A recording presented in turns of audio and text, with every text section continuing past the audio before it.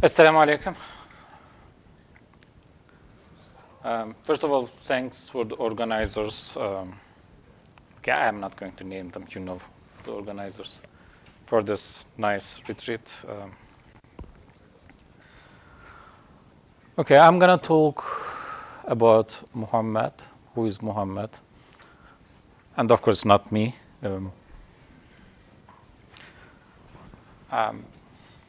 This topic I was contemplating for a while, in fact, for a few years. And recently also we discussed with Faraz, and we kind of outlined the things what I'm going to say in this retreat with Faraz.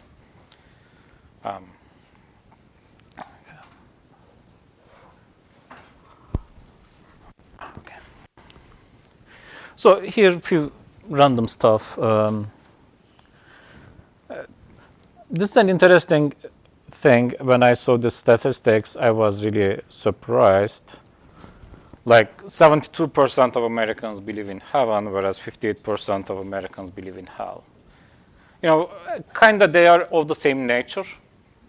So it's natural to expect if someone believes in heaven, he will believe in hell or vice versa, right? I mean, but obviously it's not the case.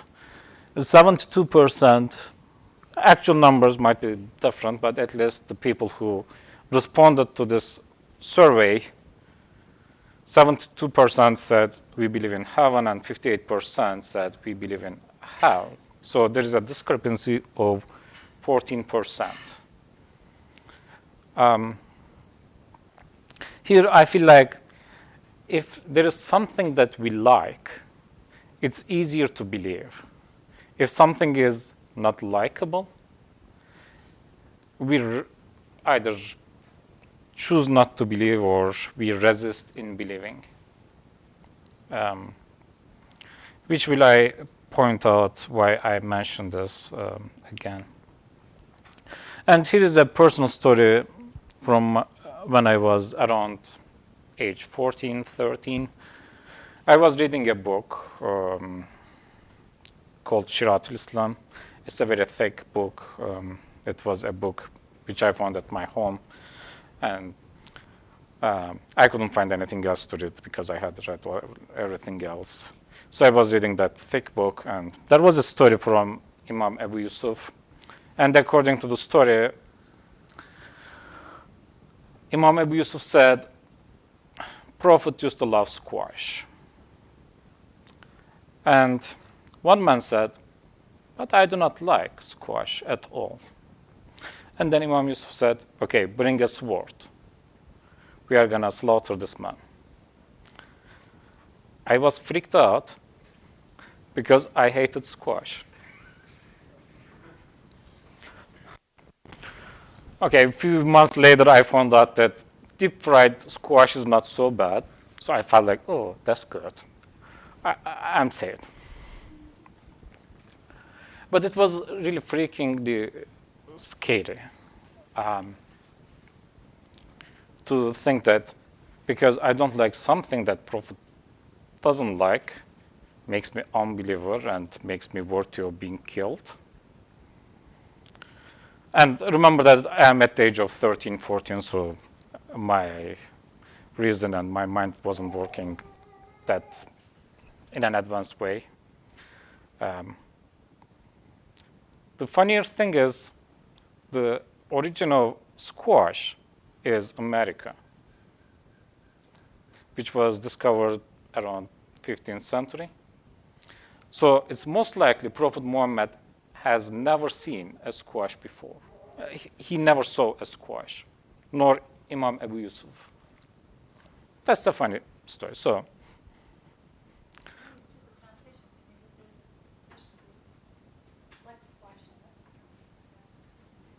okay, could be. But later I also learned that that book contains a lot of made-up stories like this.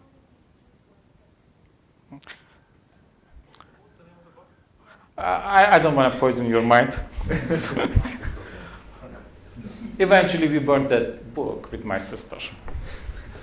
And I think it was a good investment. Just the kids burnt it. When I burned it, I was like 17 or 18. And this is the history of book burning. Oh, yeah. How it all started. There's some love of Muhammad somewhere here. I burned 3 more books, but they were all belonging to my father. So I didn't burn anybody's book. So if you are missing any books in your shelf, don't blame me. This is ideal teenage rebellion. I like my son to rebel like this. Just a couple books and. Okay, here are a few questions. Those are the questions personally I thought and it bothered me. Before I started reading Risala and being educated in a different way, I didn't really question Prophet Muhammad or anything because he was my national or religious hero, our prophet. And you have to love him. And of course, there are a lot of stories like Aragorn. You know, you start when you watch Lord of the Rings, you start liking Aragorn, right? It's not an actual somebody, but because you have some kind of relation, real or imaginary, you have a relation and you start loving it.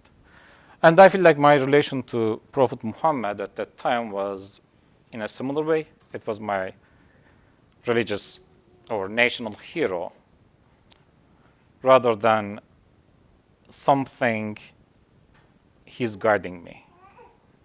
Okay. So, of course, why do I need a messenger or a human messenger? Why do I need a man who lived 1500 years ago? And can I find the messenger now? In fact, I don't want to talk about this today, but in Risale, Said Nursi gives a very nice interpretation of Risale Ahmadiyya and how you can find his Risale today. Like, just for the sake of an exemplary, when Faraz or today's Zafar or yesterday's other talks, when I receive a message that brings me a message from my creator, I see a glimpse of Risalat Ahmadiyya. But again, I don't want to talk about this. This is not my point. You can read from Risala. I refer you to there. The second question is, how can I confirm the messenger of Prophet Muhammad? Yeah. And here, I really want to concentrate on Muhammad's messengerhood rather than messengerhood in general. And, another question is, why is Muhammad the seal of prophets? Does it, in Quran it says he is the seal of the prophets. What does it mean? And is he better than other prophets? And bless you. Is not glorifying God sufficient? Like, why do I need to say Allahumma salli ala Sayyidina Muhammad? And why loving God necessitates admiring Muhammad additionally? And often I feel like, I'm praising him. Am I intuitively or tacitly making Prophet Muhammad like Jesus Christ figure, like a smaller God, and especially everywhere Allah is on the right-hand side and Muhammad is on the left-hand side, right? So is he like Jesus Christ? And what's his function within my world? Why do I need him? And can this scary squash story, should I be scared further? Should I continue my my freaking? And why is he chosen? And the censored question is, I don't want to show it there, but why I am not chosen, but him? Why God didn't choose me?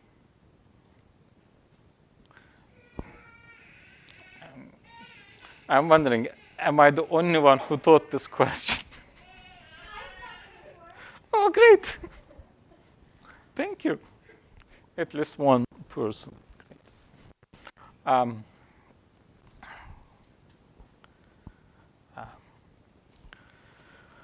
Okay. I know that usual Nurju approach is like when they see these questions, of course, Said Nursi in Risale, in this page, this verse and this flash, he mentioned about this and starts talking about all the things they read in Risale. And I hope no one has that attitude. And if you'll try, I'll shut you up. Okay, the very first question is, why do I need a divine message? So instead of answering the question why I need a messenger, I want to concentrate on why do I need a message, and divine message. Of course, I'm not looking for a message from Birkan. I always look for. Okay. So as a human being, which is living in this world, I have 3 existential questions. I said 3, you can make it 100 or compactify and say I have one essentially as existential question. Number is not really important. One of them is looking to my past. What's my source?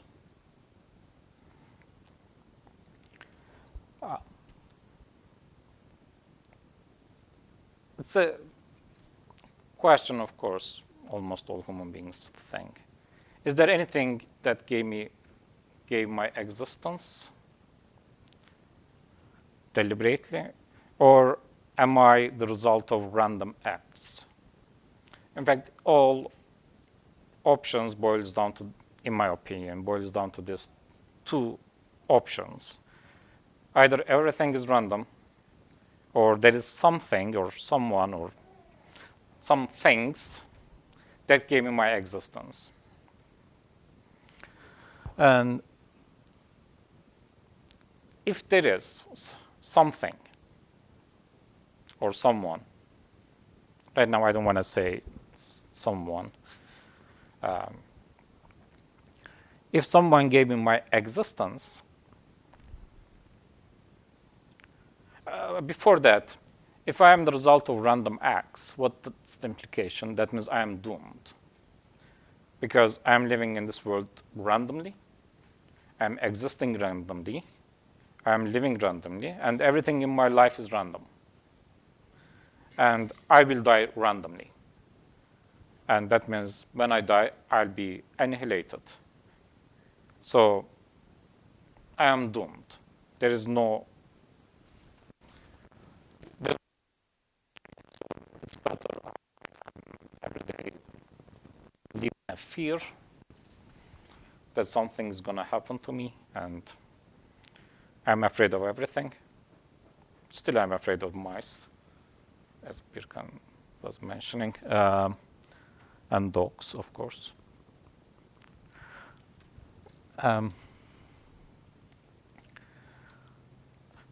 But I'm in a constant fear, because if I die accidentally, there is no way of continuing.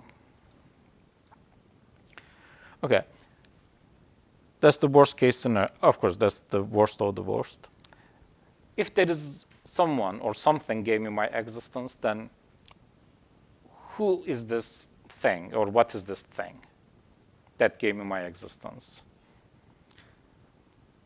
Did they give me my existence deliberately, consciously, or he let the world run through, and okay, he created the universe at the beginning, but he doesn't mean to create me. I'm just, again,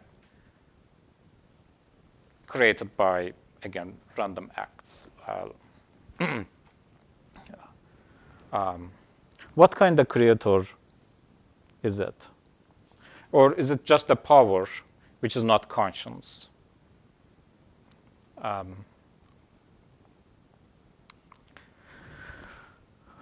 The second type of question is like looking at me right now, right here. What do they want from me? If that's a conscious being that gave me my existence, then why? And what do they want from me? And of course, what are the meanings of the things in this universe? There are a lot of things that I love, and there are a lot of things that I hate. Not a lot, a few things that I hate. And there are a few things that I am scared of, like dogs. Father is smiling, we have a story.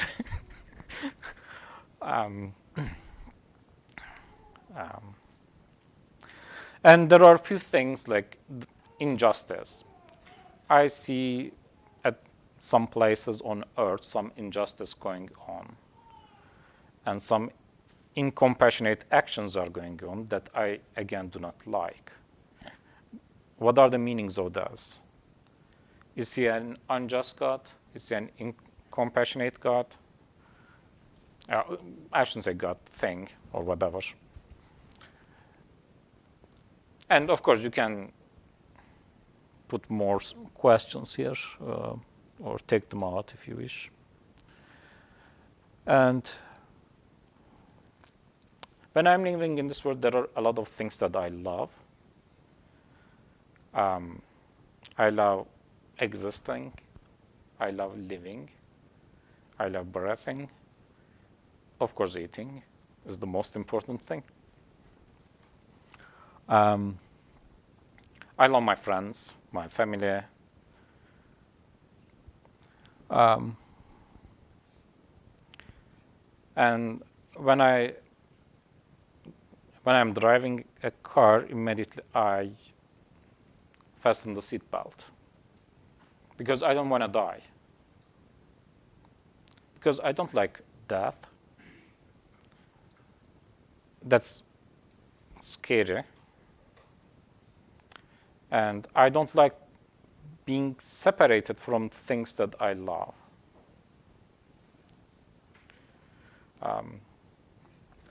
A question? I don't. Oh, okay. Wouldn't it be better to go to heaven than to live in this world, though? Why are you afraid of dying? Nice question.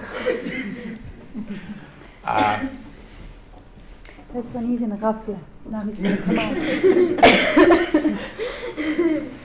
Let's see whether there is a hell.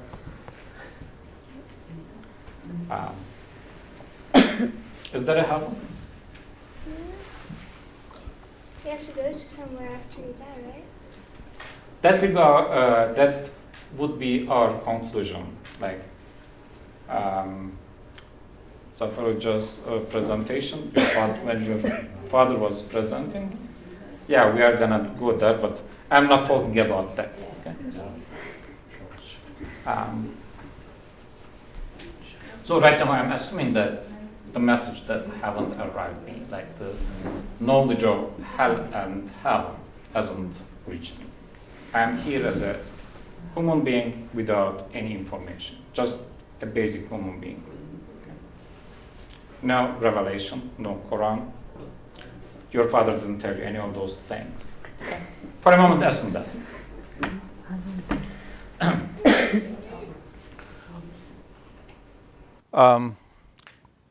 Okay, I don't want to die. I don't want to be separated from the things that I love, but I am constantly separated from the things that I love. Okay?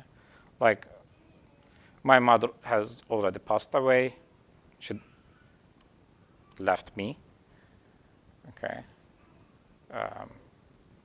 And the first time I saw a white beard, white hair in my beard, it was like, ooh, I really didn't like it. I'm talking about the first. After the third, you get used to it. So what are the meanings of these things? Everything that you love comes from Allah, so you won't be separated from the things that you love because Allah is the things that you love. Definitely. Thank you. Yeah, what are the meanings of that separation and temporariness? And I also dislike the temporariness. I don't want this retreat to come to an end, but of course it's going to come to an end. I don't. I love existing. I love existing as a young man with black hair and black beard, but a few white beards and a few white hairs immediately tells me no, it's gonna stay white. It has already started turning white. Okay, I also don't like this temporariness of my youth and my black hair. And if there is one who gave me my existence, has to explain me those. Okay. Again, I said 3 existential questions, but of course you can compactify to 1 or you can increase to 100. You can add more 3 dots in each line, in each bullet. Thus, there are many more questions. So those are natural human questions that I have. Okay, as a human being, I can ponder and I can come to some conclusions. Okay, people have discussed this whether human being can find the answer to these questions by pure rational thoughts or not, and they didn't disagree. They didn't agree, sorry. So they disagreed. Some people said you can find answers to all. Some said, no, you cannot, and so on, whatever. How much I can conclude myself doesn't matter. As long as they are not confirmed by my creator, if there is, all my thoughts will be just wishful thinking. They will stay as wishful thinking because they are not confirmed by the one who made it. Okay? I mean, like this device, I'm thinking, okay, this means go forward, this means go backwards, and so on. I have my conclusions, but of course, this is a simple machine. I can try and see. It's not really a big deal. But as long as the maker doesn't tell me exactly what are the functions of this buttons, my conclusions will not be complete. I mean, maybe to some extent correct, but it will not be the full.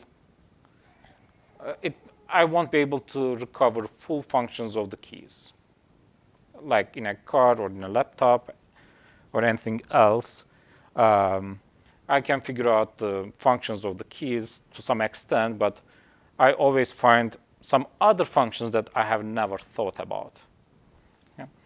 So as long as I'm finding the answers to these questions myself without a proper confirmation, at least a confirmation, from the one who gave me my existence, all my conclusions are just wishful thinking.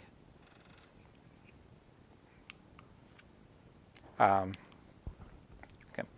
So that's why I need message.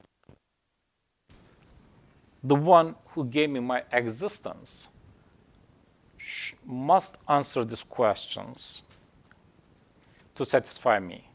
Otherwise, I'll be always lost.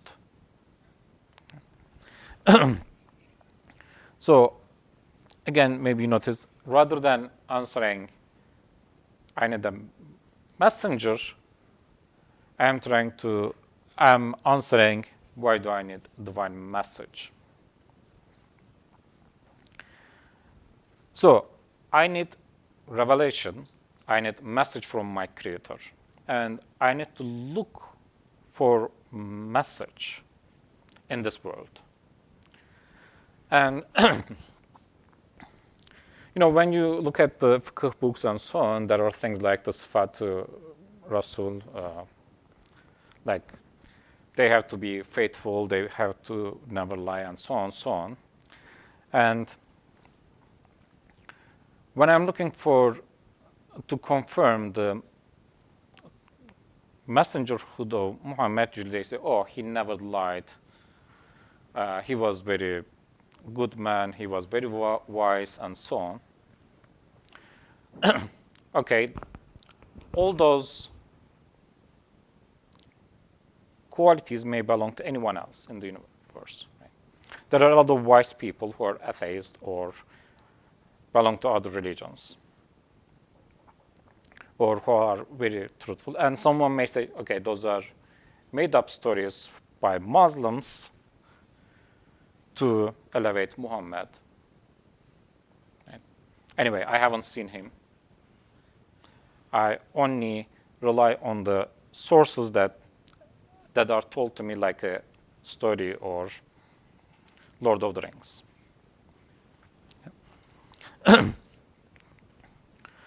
So those things. Oh, meanwhile, anybody can say anything, anytime, as long as they don't refer to Risales. Did I scare too much?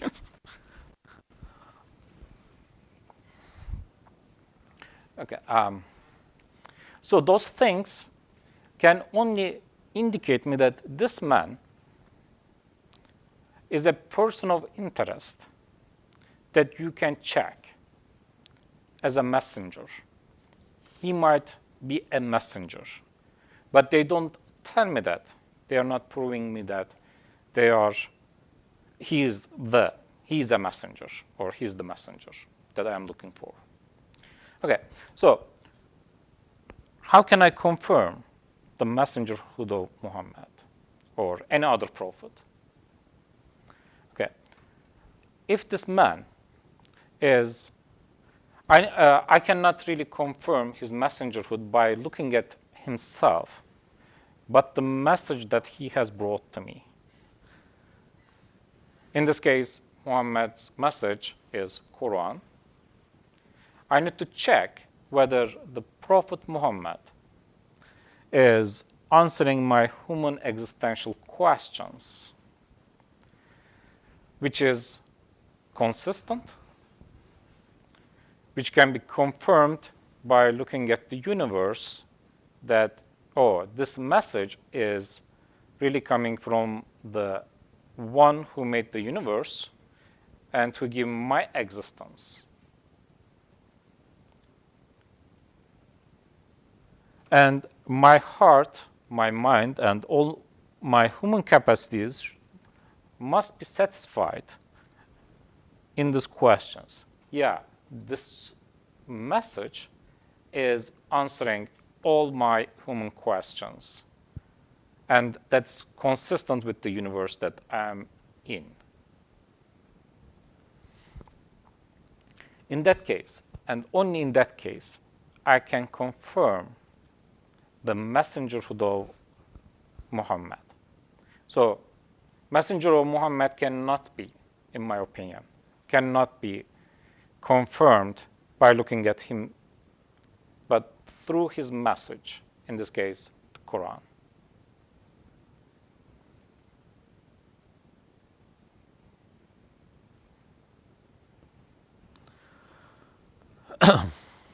So,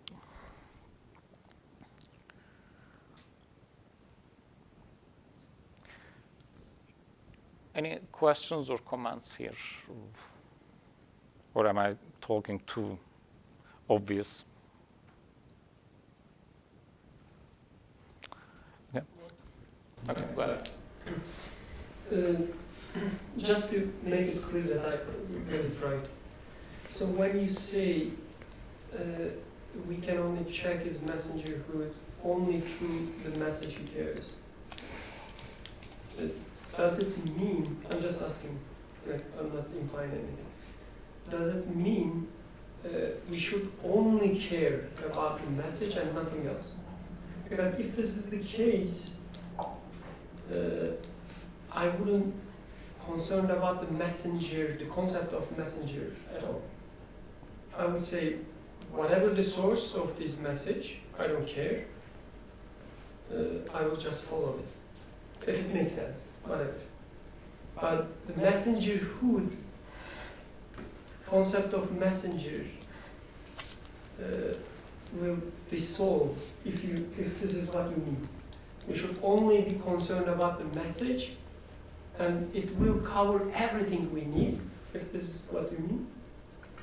And the concept of messenger, at least to me, will dissolve and disappear. Are you done with your question? Yes. Okay, thank you. I right now just kind of talked about the second question, that how can I confirm the messengerhood of Prophet Muhammad? I haven't said anything about his function, or why do I need a human prophet, or anything else. And I'm not sure whether I'll be able to answer all these questions, or time-wise. But I didn't answer any of the things in that realm. I'm just talking about how can I confirm the messengerhood of Muhammad.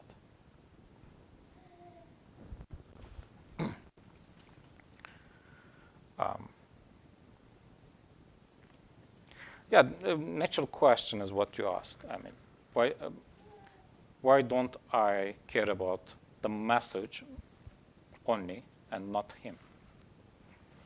Okay, one very natural question is Quran, the message of God didn't reveal, sorry, your cable. Okay, didn't reveal into your, it didn't fall from the skies on your head. Right? You got the message through Prophet Muhammad.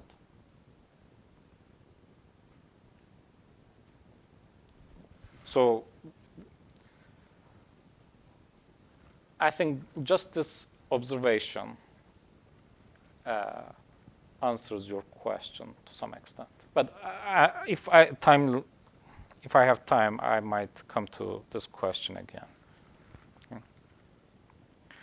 I want to talk about more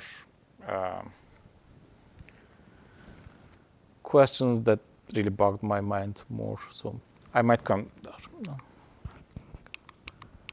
Okay, the seal of the prophets, what does this mean?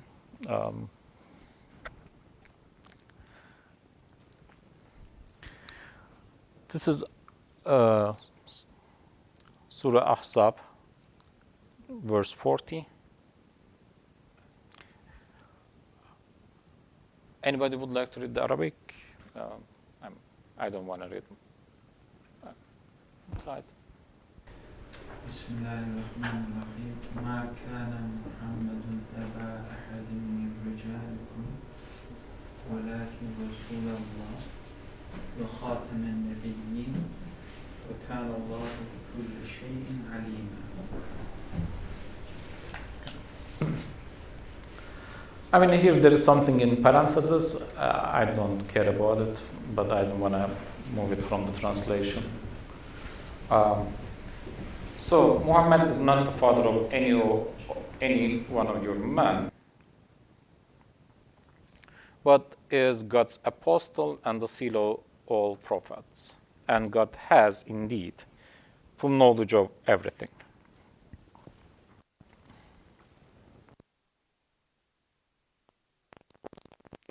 About your question.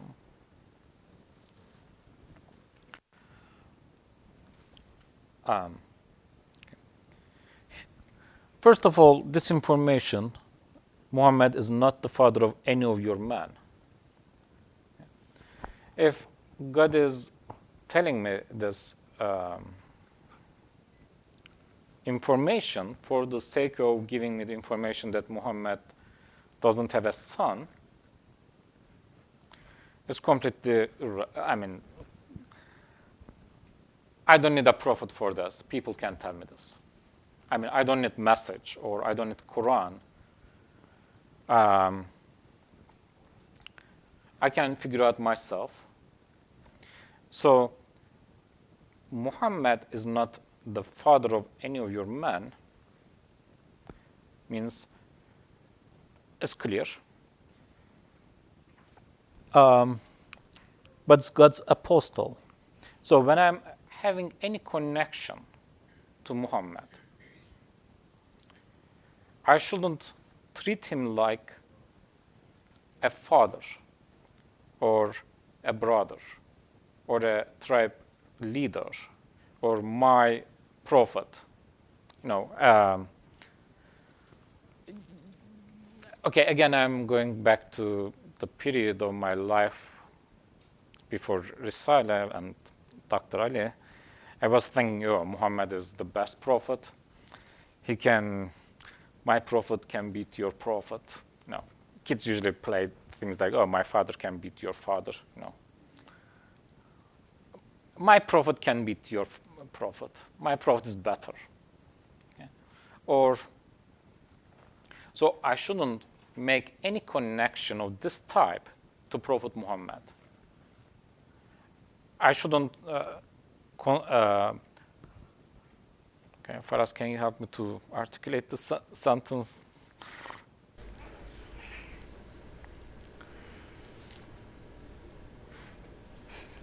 I don't know if I can, but there's an alternative here that seems stated in a very stark way, so it should attract my attention. If I don't think Muhammad is my father, the verse is irrelevant to me. So, as a matter of goodwill, thinking that this is something meaningful, I will say, when I think of Muhammad, do I think of him as if like a father? So then I have to come back and see, how do we think about father or authority figure? What kind of relations we have?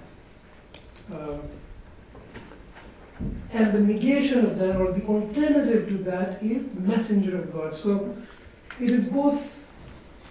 So it is describing Muhammad as Rasulullah as a negation, just like we talked about La ilaha illallah, is defined as negation. Here, Rasulullah is defined through negation.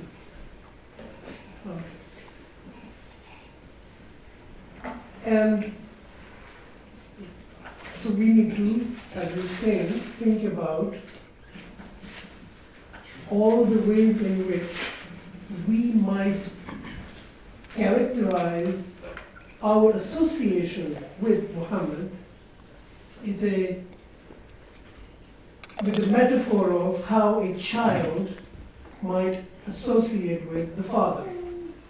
One of them, controversially, for example, is a role model. Father is a role model for the children.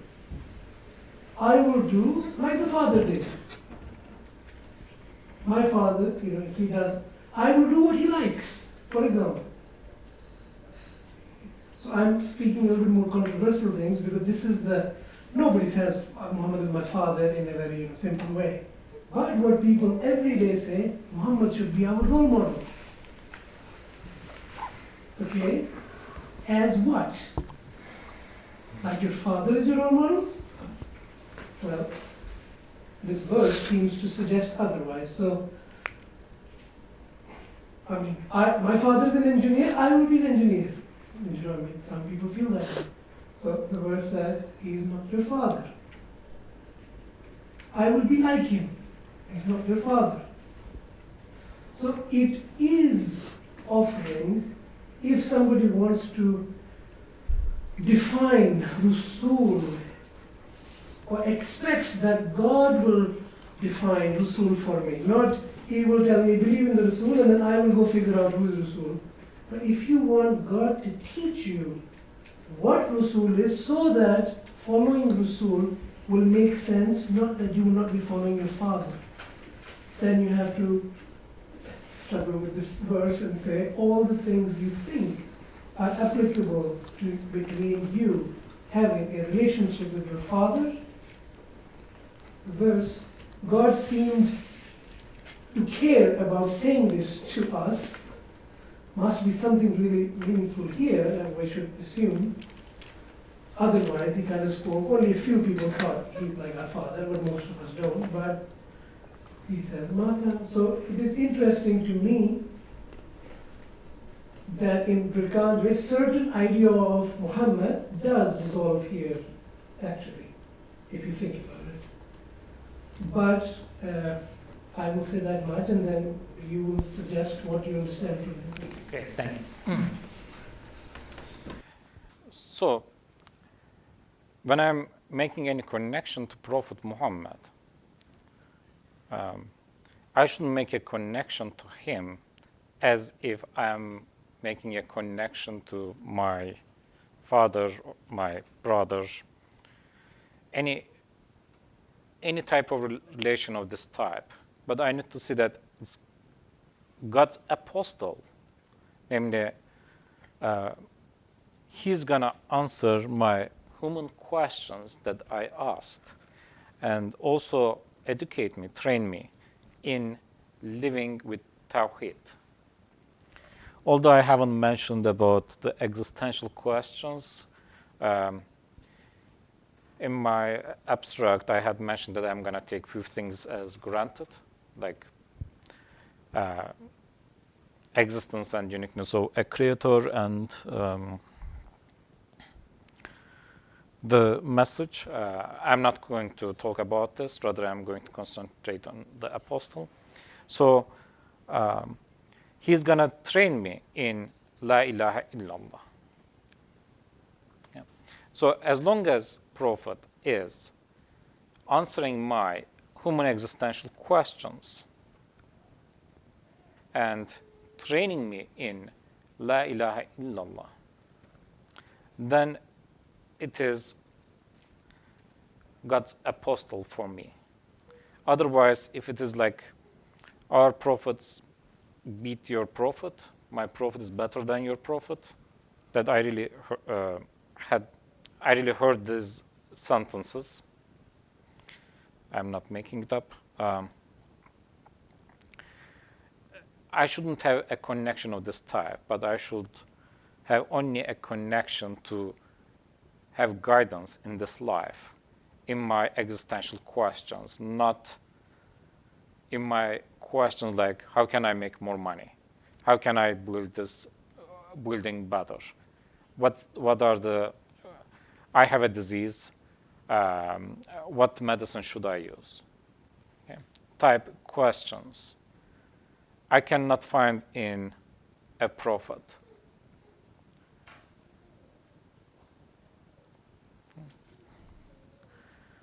So as long as he is answering my existential questions and training me in La ilaha, then he is my apostle. He is God's apostle for me, and not my father.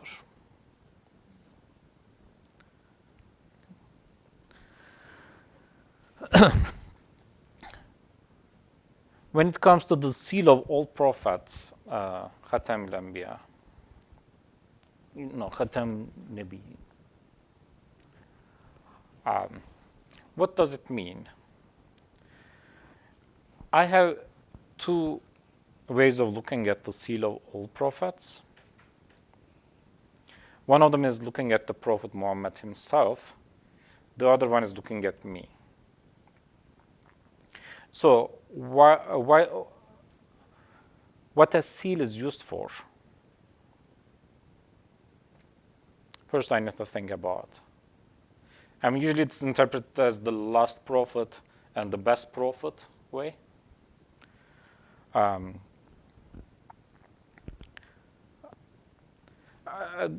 There might be differences. There might be different levels in prophets. That one might be higher than the other before God, but this is nothing to do with me.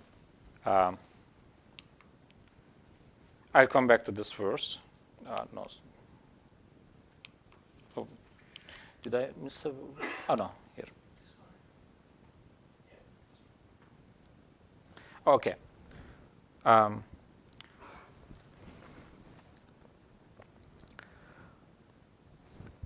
Sait Hocam, will you be able to read the Arabic?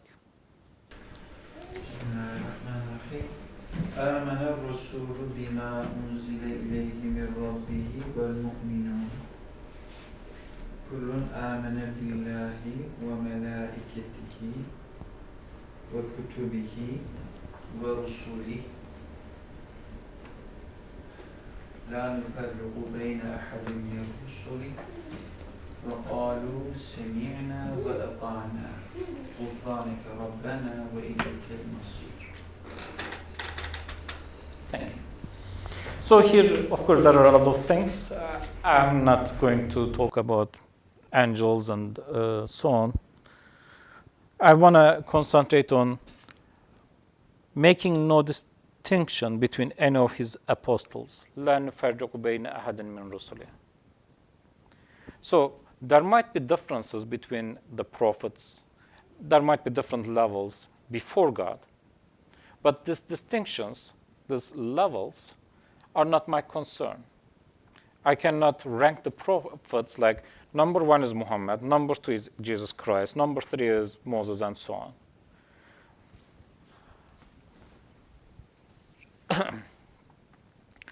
If there is anything of this type, this is between them and between God. Not, as far as I am concerned, I cannot make any differentiation between any of his apostles.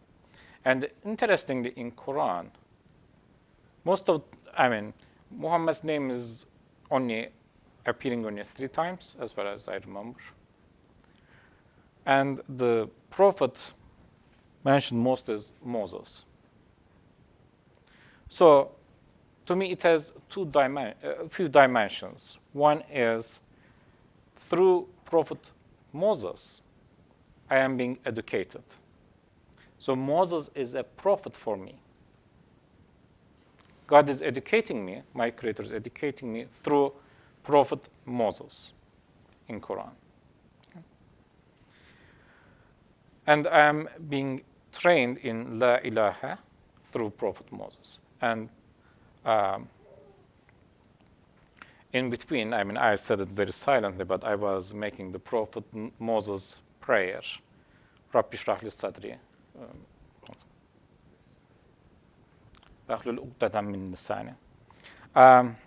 So in fact, I've been saying the same prayer as Prophet Moses.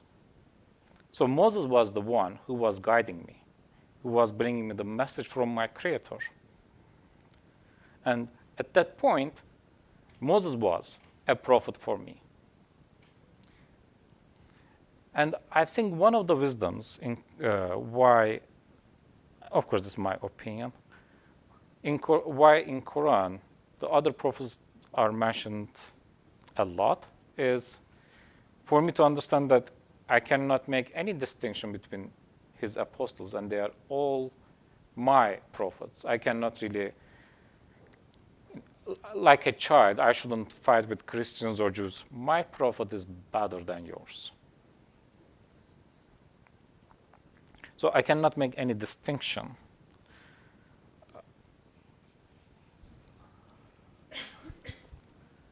Now, going back. Okay.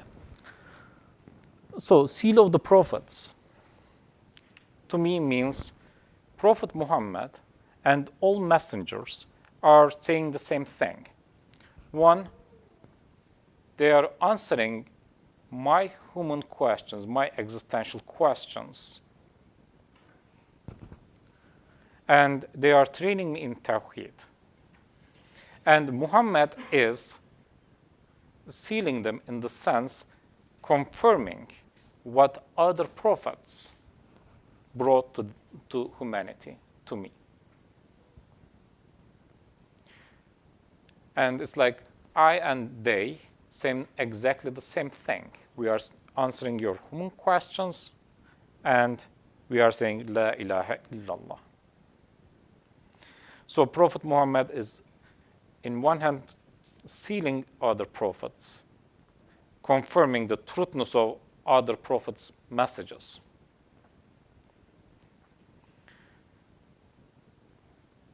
Okay? This is the one dimension of seal of all prophets as far as I'm concerned. The second is more looking at me in the sense I'm living in this world and I'm trying to find out answers to my human questions to find peace and serenity in this world. And I'm looking for a message.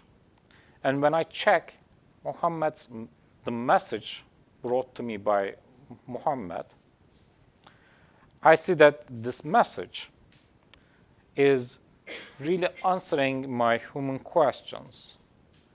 And it's training me in Tawheed. And it is consistent with the universe and consistent within itself. So I confirm that Muhammad's message is the true message. So Muhammad is a messenger for me. Since I am receiving the message from him, I'm not receiving the message from Moses or Jesus directly. I'm not saying that they are not my prophets or anything like that, but I'm receiving this message through Prophet Muhammad. So as far as I'm concerned, Prophet Muhammad is the seal of the message. If it is not the case, if I'm not convinced about the message, that means Muhammad is not the seal.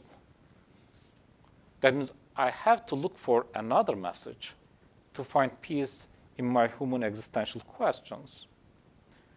So either Muhammad is the seal and Quran is the answer to my questions, or I am not finding peace and serenity. I'm peace and I should say, I can if I cannot find salam in Quran, that means I need another messenger. And in that case, Muhammad is not the seal as far as I'm concerned. I'm going to leave shortly. I have to leave, so I wanted to say something.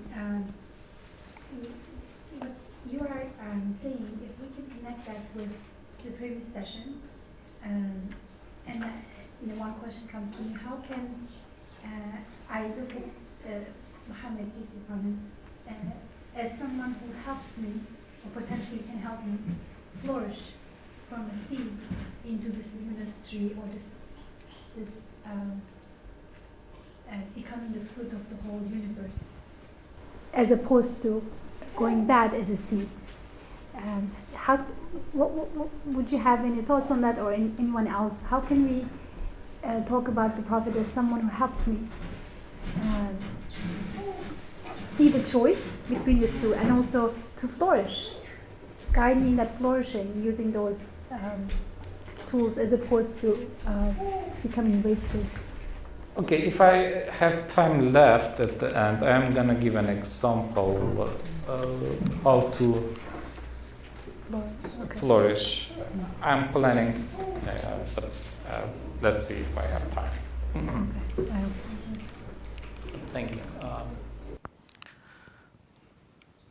I feel like the other speakers have already said something about it, so I put it to the end.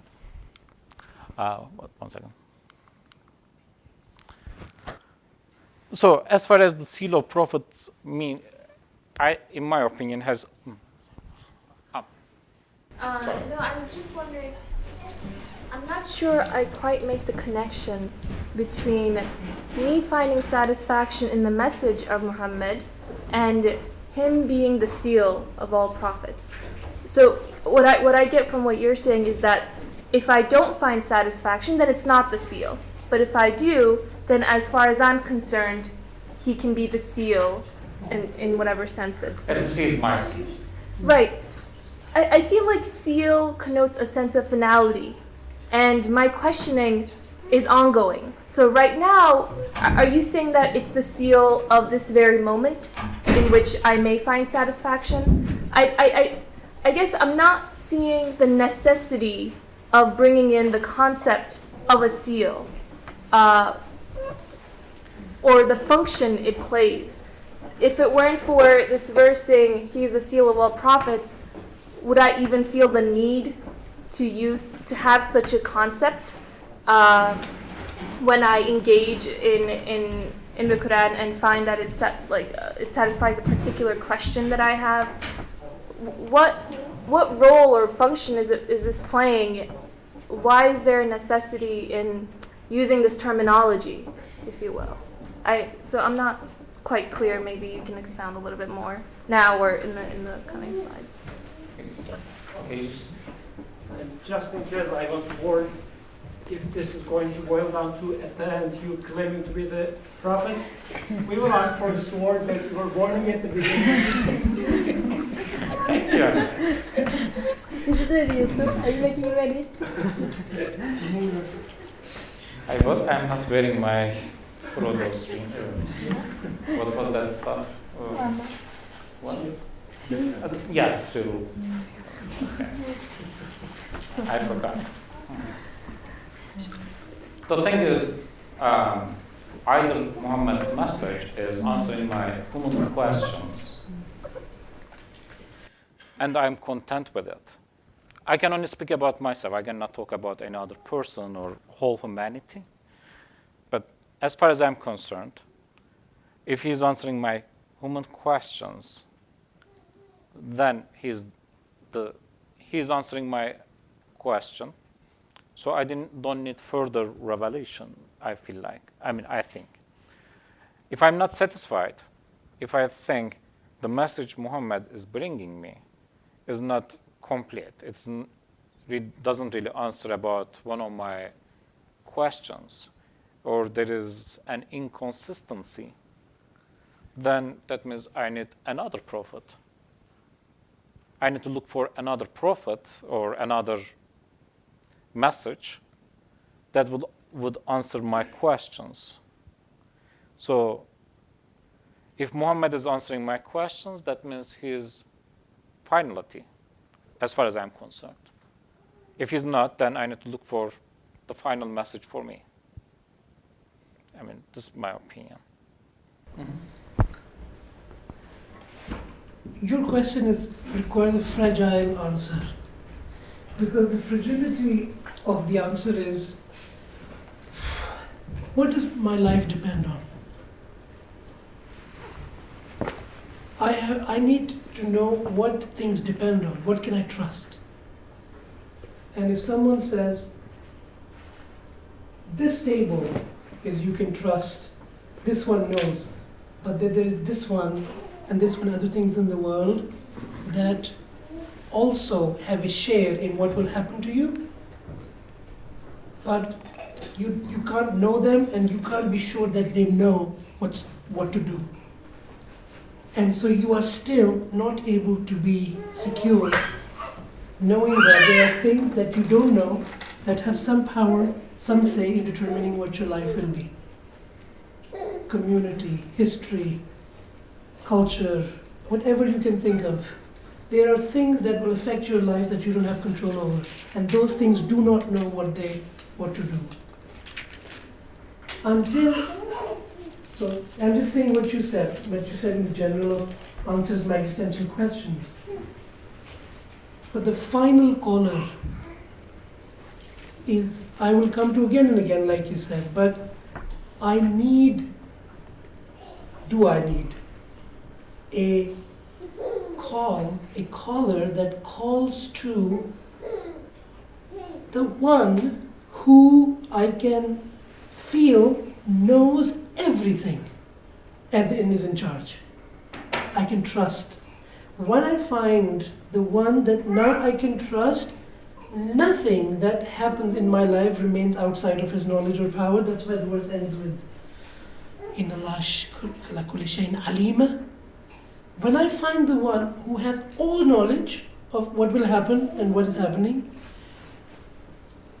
there is nothing more that anyone can offer me to make me any more secure. You cannot make me more secure than to say that There is only the one who knows everything. Now, how I will come to confirm is a different debate. But if I were to find the one who knows everything, nothing is missing, and said, this is the one you can trust, there is nothing there's nothing more that somebody can come and say, do you want to be more secure than to find the one who knows everything that is happening to you? Can you give me anything more? Can you call me to something more that will give me more, an object that I can trust more than that one? If your answer is no, I cannot find in the moment more than the one who knows what's going to happen in my life. I found the one I can trust, or this is the one I need to find to trust, then that's your Khatam al-Nabiyyin. Can I just add to that? So in that sense, it's final, so there's that finalness in the seal. At the same time, our journey is dynamic. So it's like somebody giving you the perfect compass. And I asked the person, so then this is perfect, it's perfect compass, it shows then I don't need to explore, I don't need to go around. No, you can go around, precisely because you have the compass. And you have so many places to discover. So he's being final does not mean that once I find him, I stop my journey of growing and flourishing, or exploring or asking questions and receiving answers, falling and getting up.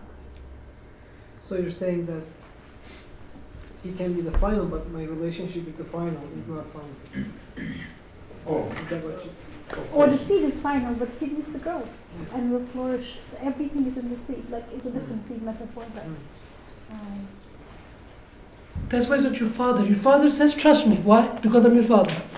But the Prophet says, trust me because I'm going to tell you about something who knows everything. And trust that one. You see? He doesn't say, trust me. I'm going to tell you the one you can trust. That's what seal refers to. Nothing more. If you can find more that you can trust, then he's not Khatam al-Nabi. If you find the one, he comes to you and says, can you find the one? I'm going to tell you, convey to you how you can look at the world and find the one who knows everything. I'm going to tell you. You can reach the one who knows everything with my message. When you will find the one, to the extent that you will in a moment find, I found the one who knows everything, which means what's happening in my life, what happened, what will happen. It is, I can trust the one, this one, that now. Can you give me something more after this to trust than the one who knows everything? I have to ask myself, can you find something more to trust than the one who knows everything? You see what I'm saying? Can you find? If you can find, I need to find someone to trust what's happening in my life more than the one who knows everything.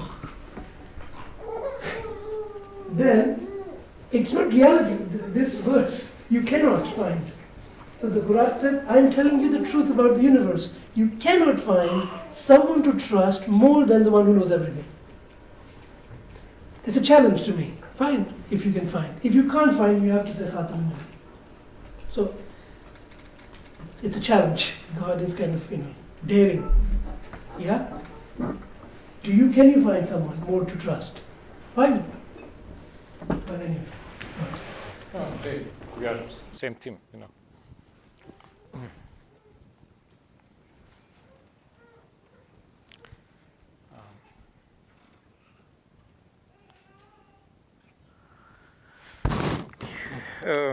Back to the questions, like, why do I need to say Allahumma salli ala Sayyidina Muhammad wa ala ali Muhammad?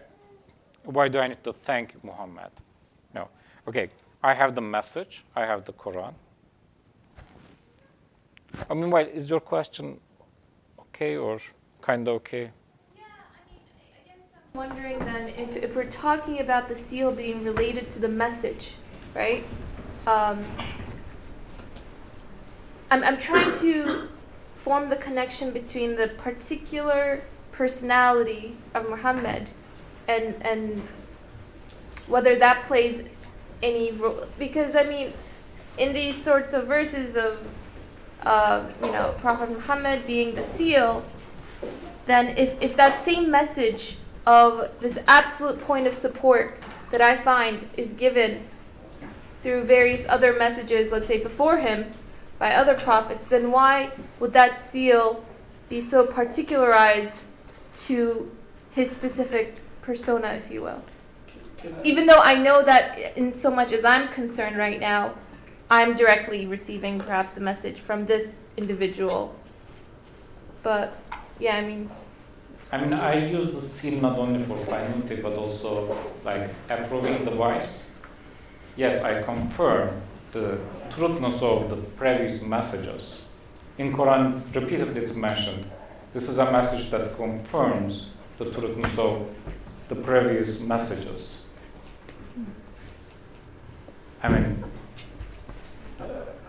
Finality plus the confirmation, in my opinion. Clementine?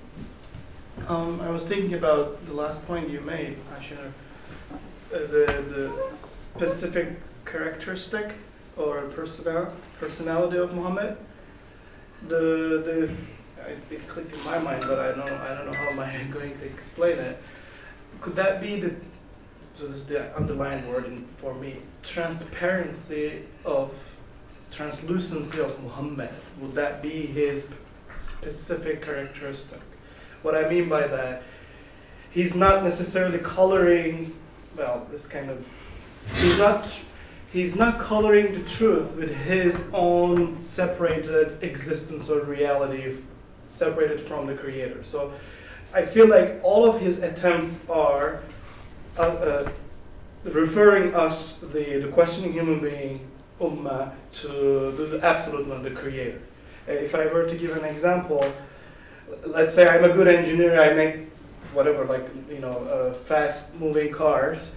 So, and you're interested in engineering, so when you come to me and learn from me, instead of me telling you what's my specific, like a subtle signatures in the area of engineering you can repeat or replicate or copy to become like me, instead of saying that, all of my attempts are trying to refer you to the source of my own practice, my own knowledge and expertise. So I'm trying to be transparent, translucent, such that you don't get hung up in the way that I look at things. I don't know if it's clear, but that's, I think, might be what's special to Muhammad himself, because from all the narrations and whatnot, he keeps referring to God in every single occasion. His daughter dies, he says, Allah makes me cry. So these things are kind of what came to my mind when I thought about what's the seal, how is he actually sealing the deal. And I just thought about it just now after what Farah said in the context of seal. He's saying, you can't get more than absolute. So he's referring to the absolute source or whatever, the meaning of the world, or the existence. So, I don't know. The words are, kind of struggling with finding the right words, but that's what I want to say. Yeah, no, all of that is very helpful. I guess I'm just imagining on a more general level, if someone came and said, I have a revelation from God, and they had a message, and I looked at it, and it seemed to speak to me as a human being, and I could affirm that it was also from my Creator, why shouldn't this other person be a prophet? He should be. Yeah. He should be. Yeah. You should be bold and say. And he can be the new seal. Yeah. Yeah. Theoretically, yes. Why not? What would you make you say otherwise other than dogma? Right. What's at stake? Nothing. Nothing is at stake. For a moment, consider yourself. He's You too take radical. only 20 seconds, you want to focus? You can. You respect me, you cannot. Just for a moment, think yourself like 1400 years ago. Well, even don't go there. Some people know me a little bit. Now I come and say, as Yusuf was saying, Yusuf, you have sword? Okay. Good. I tell you, guys, I have revelation. Okay, I'm a good, nice man and so on. Some people like me, at least my kunafa. How would you feel? That's exactly the same thing that the companions of Prophet Muhammad experienced. Their friends who was eating with them, drinking with them, doing things, going to business and so on, and suddenly came and said, guys, I have revelation. That's amazing. That's quite challenging. And Joseph is showing a bigger knife.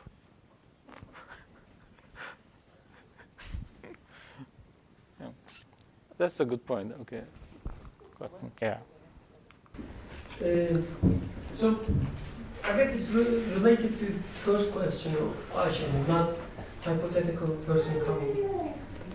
But why we treat the seal in your example as the message is the seal when I take it. The question is am I missing or losing something? So the final question, what is at stake? Right? So that's my question.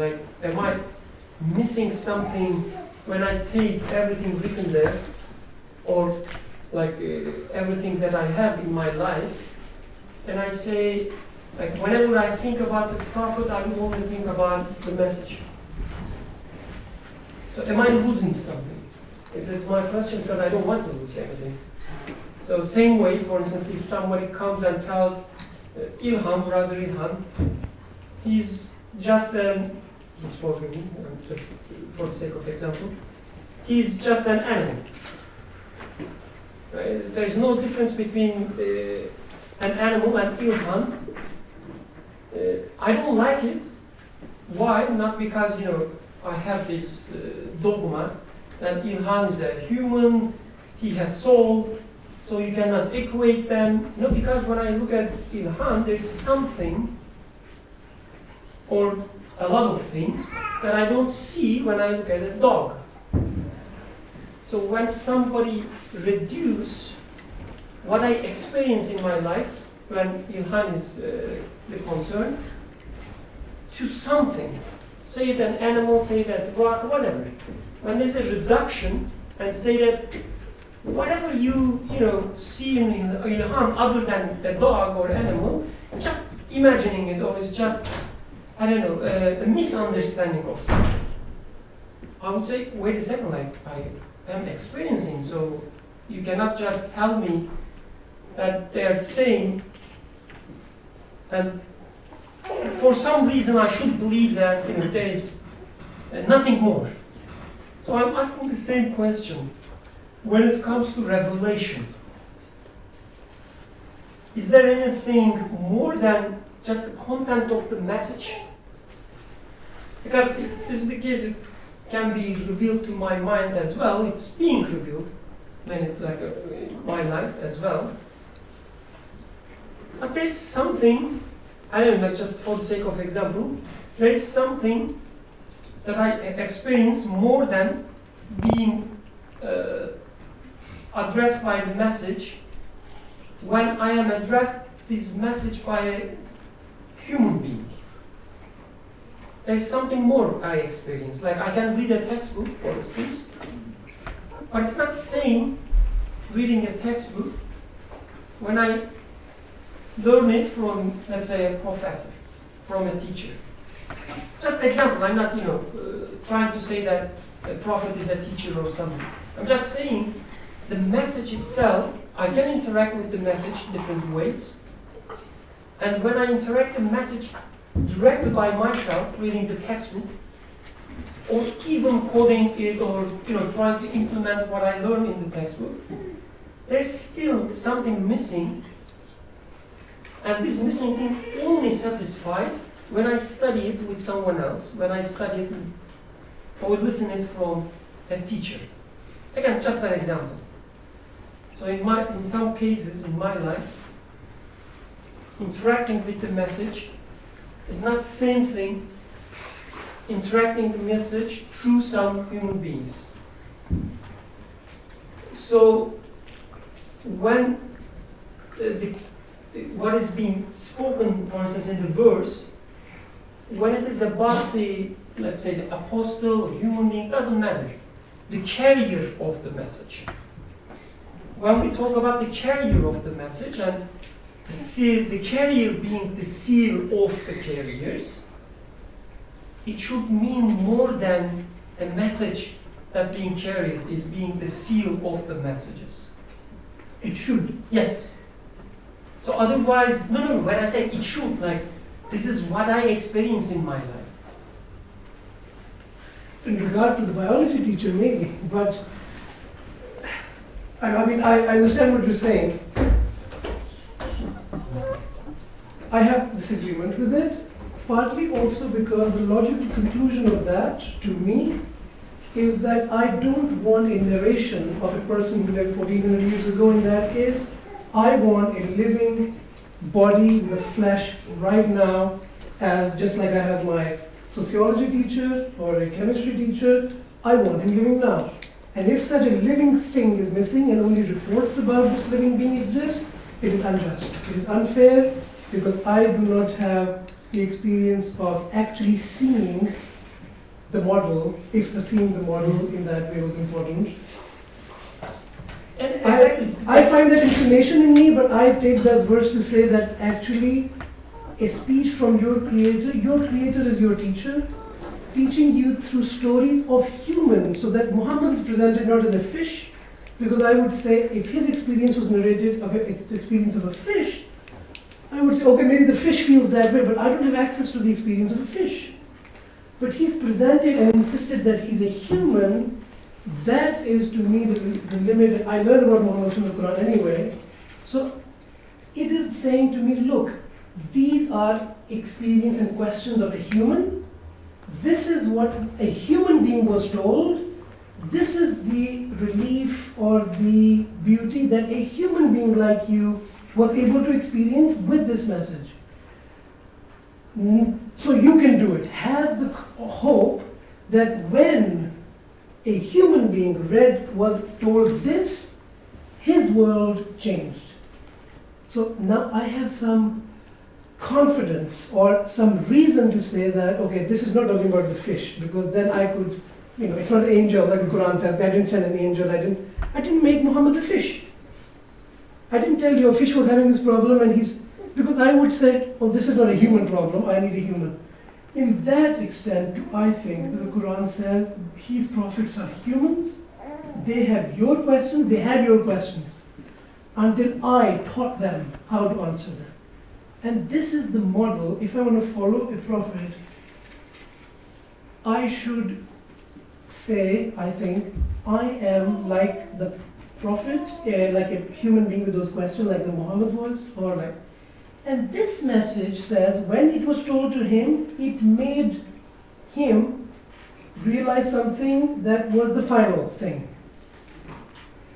And what he now conveys to you through that I'm telling you, is the final thing.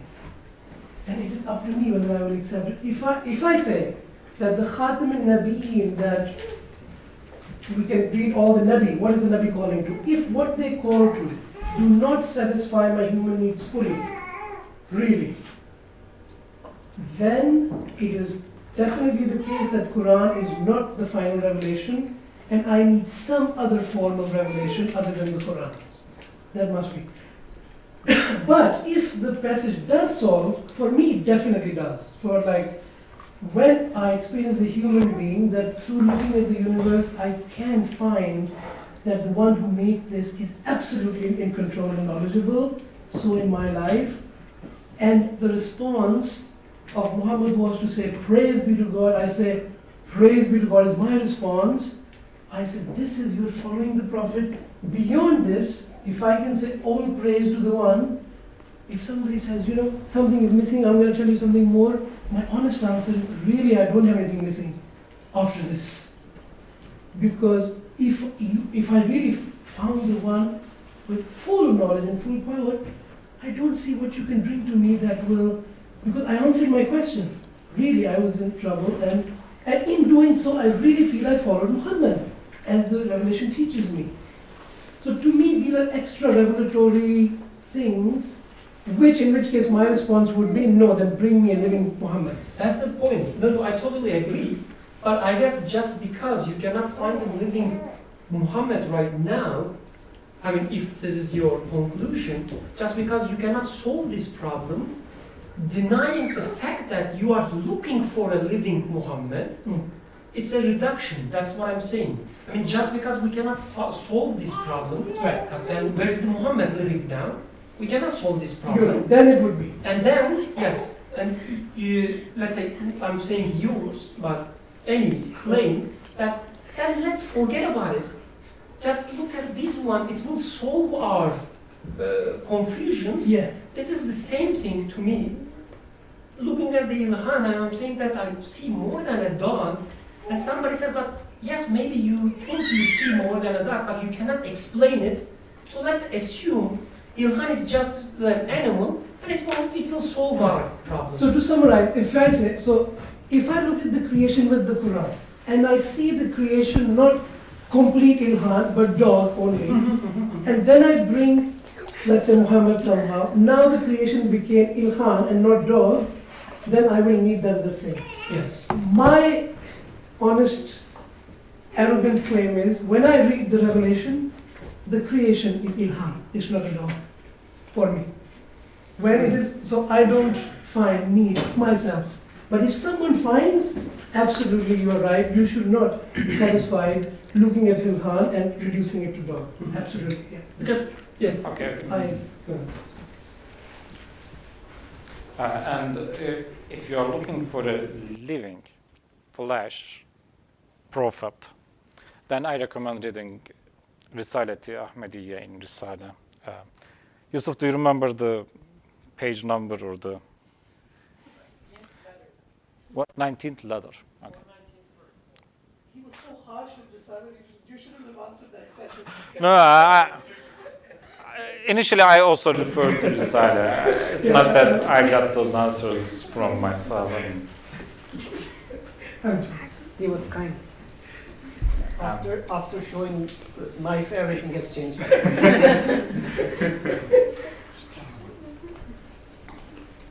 Okay.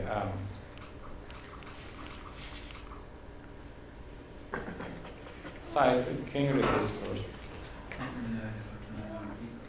إن الله وملائكته يصلون على النبي يا أيها الذين آمنوا صلوا عليه وسلموا تسليما. Okay, verily God and His angels bless the Prophet.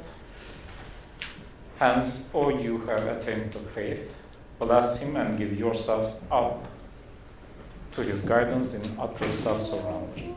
Okay, the red place, alayhi wa sallim taslima, I think. And I don't want to go into what does alayhi wa sallim taslima. Faraz had an excellent interpretation of salat. We don't have time for it. I'm not going to tell him to scrap you, but if you are interested, talk to him after my presentation. So right now I want to concentrate on why do I need to be thankful to him?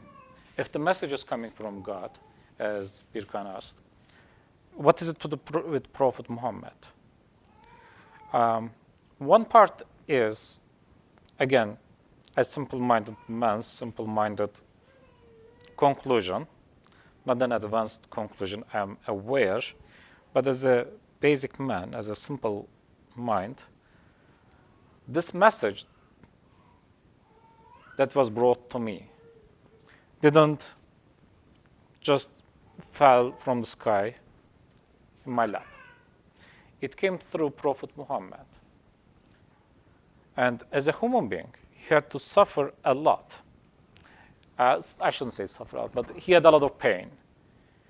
He was being denied. He was accused of lying and possessed, etc., etc. All of those things are extremely difficult. But in order for me to receive the message, he had to go through all of those things that I can get this message.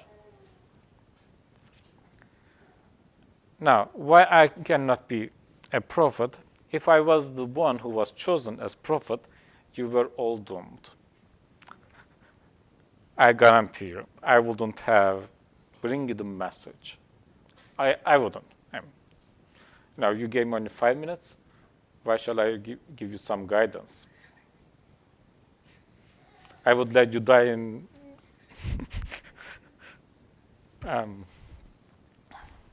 darkness and so on, so on. Okay.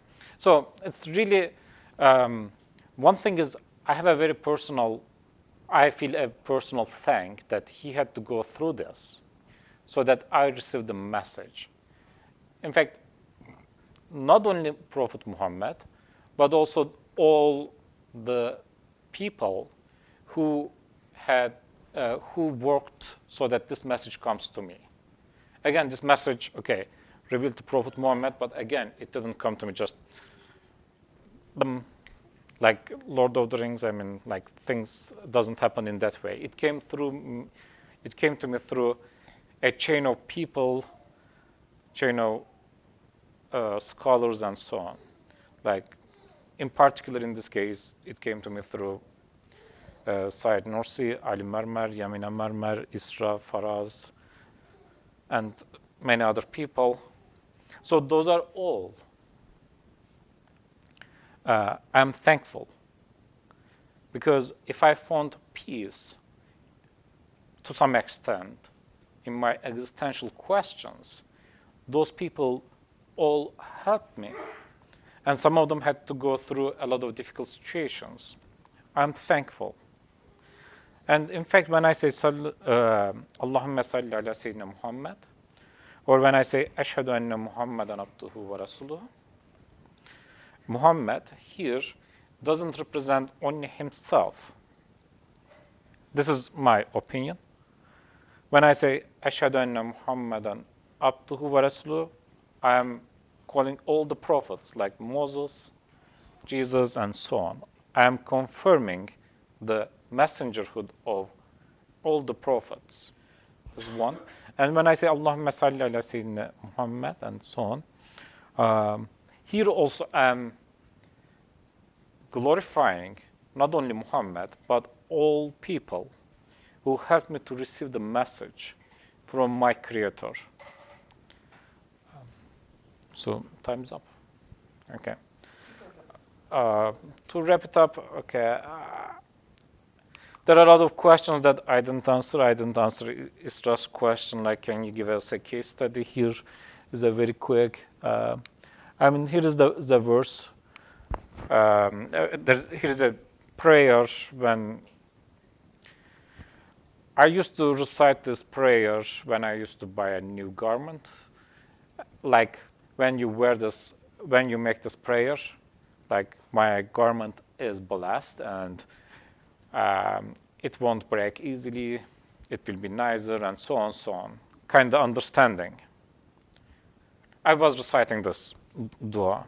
But later, when I understood Prophet Muhammad as a one who is guiding me, who is teaching me who my Creator is, and when you look at this prayer, in fact, you see that he's not telling me how to protect my dress, my clothing, but it's teaching me who my Creator is. Since I don't have time, I am not going to go into too much. If you are interested, we can talk in person.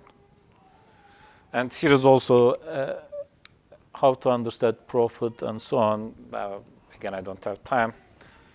Let's finish up with Allahumma salli ala Sayyidina.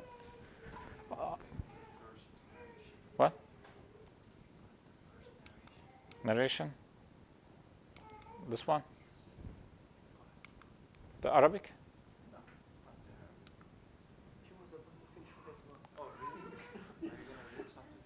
I mean, I was just going to read Allahumma salli ala Muhammad.